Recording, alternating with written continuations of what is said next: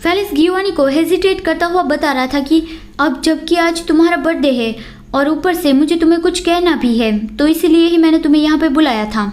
गियोवानी कहता है क्या तुम्हें मुझे कुछ कहना है, और वो सोचने लगता है कि मुझे लगा था कि अब वो और ज्यादा अपसेट नहीं है, इसलिए ही मुझे यहाँ पे बुलाया है। फेलिक्स अपनी उंगली में पहनी रिंग को गोल गोल घुमा रहा था और कहता है तुम्हारे बर्थडे पे ये कहना थोड़ा कंफ्यूजिंग होगा, लेकिन मुझे लगा कि मुझे तुम्हें जल्द से जल्द ये तुम्हें बता देना चाहिए। गियोवानी सोचता है क्या वो अभी मुझसे ब्रेकअप करने के बारे में बात करने वाला है? क्या वो अभी ही उस रिंग को निकाल कर मुझे रिटर्न करने वाला है? अगर मैं उससे माफ़ी मांगूं और उससे भीख मांगूं कि वो मुझे माफ़ कर दे, तो क्या वो मुझे कर देगा? मैं उसके सामने अपने घुटनों पे गिर जाऊंगा और माफ़ी की भीख मांगूंगा। जहाँ तक वो मुझे माफ़ कर देगा मैं उसके लिए कुछ भी करूंगा। और गियोवानी की हार्ट बीट बहुत ज़्यादा तेज हो गई थी।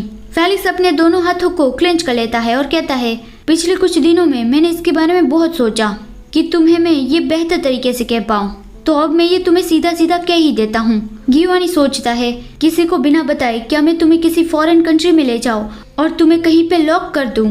अगर तुम मुझ पर गुस्सा करो और रोने लगो, फिर भी अगर इसी तरह से मैं तुम्हें मेरे पास रख सकता हूँ तो मैं ये भी करूँगा, क्योंकि फिर बाद में मैं तुम्हारे गुस्से को शांत कर दूंगा और तुम्हारे आंसुओं को वाइप कर दूंगा। फिर तुम बाद में स्माइल करने लगोगे। मुझे तुम्हारे अलावा और कोई नहीं चाहिए। और फेलिक्स मैं ये चाहता हूँ कि तुम भी मेरे जैसा ही फील करो।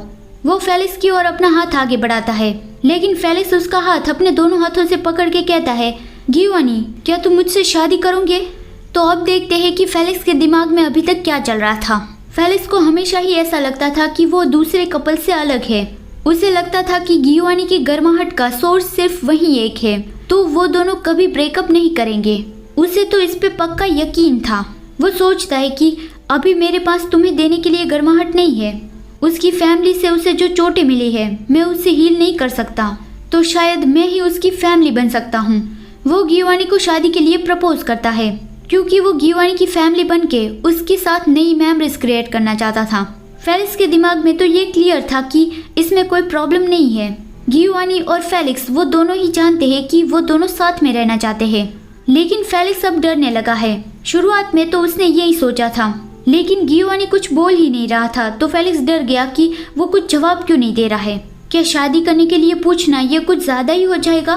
तो क्या सिर्फ वो डेटिंग करना चाहता था और शादी नहीं करना चाहता था? क्या मैंने कुछ ज्यादा ही कह दिया? गियोवानी अपना सर पकड़ के साय करता है, तो फेलिक्स सोचता है उसने तो इवन साय भी किया। लगता है कि सच में ये उसके लिए बर्डनसम है। लेकिन गियोवानी उसे गले लगा लेता है और कहता है मैं तो डर गया था कि तुम ये कहने चाह रहे हो कि तुम ब्रेकअप करना चाहते हो। फेलिक्स कहता है ये तुम क्या कह रहे हो? ऐसा तो विचार भी मेरे दिमाग में नहीं आया। गियोवानी कहता है अगर तुम्हें ऐसा विचार आया होगा तो भी मैं तुम्हें ऐसे ही नहीं जाने देता। फेलिक्स तुमने जो पहले कहा था उसमें तुम सही थे। शुरुआत में मुझे सिर्फ तुम्हारी गर्माहट ही चाहिए थी, लेकिन अभी इससे कोई फर्क नहीं पड़ता। अभी फेलिक्स सिर्फ तुम ही मेरे सब कुछ बन चुके हो। ये सुनकर फेलिक्स की आंखों में आंसू आ गए और वो कहता है मुझे पता है तुम अगर ये नहीं कहोगे फिर भी मुझे पता है। गियोवानी कहता है वो तो मैं हूँ जिसने प्रपोजल रिसीव किया है, आखिर तुम क्यों रो रहे हो? और वो फेलिक्स के आंसुओं को वाइप करता है। फेलिक्स कहता है मुझे नहीं पता, वो बस मेरा दिल रो पड़ा और मैं बहुत ज्यादा परेशान भी था। मैं तो तुम्हें कुछ भी नहीं दे सकता, मेरे पास सारी चीजों की कमी है। मैं तो सिर्फ तुम्हें मेरी गर्माहट ही दे सकता था, लेकिन जब तुमने कहा कि तुम खुद ही गर्माहट फील कर सकते हो तो मैं बहुत ज्यादा डर गया था कि अब तुम्हें मेरी जरा से भी जरूरत नहीं होगी। मैंने तो कुछ टेरिबल भी सोच लिया था कि शायद तुम गर्माहट कभी फील ही ना कर पाओ, यही बेहतर रहेगा। लेकिन अब भी मैं यही चाहता हूँ कि तुम्हें कभी ठंड ना लगे।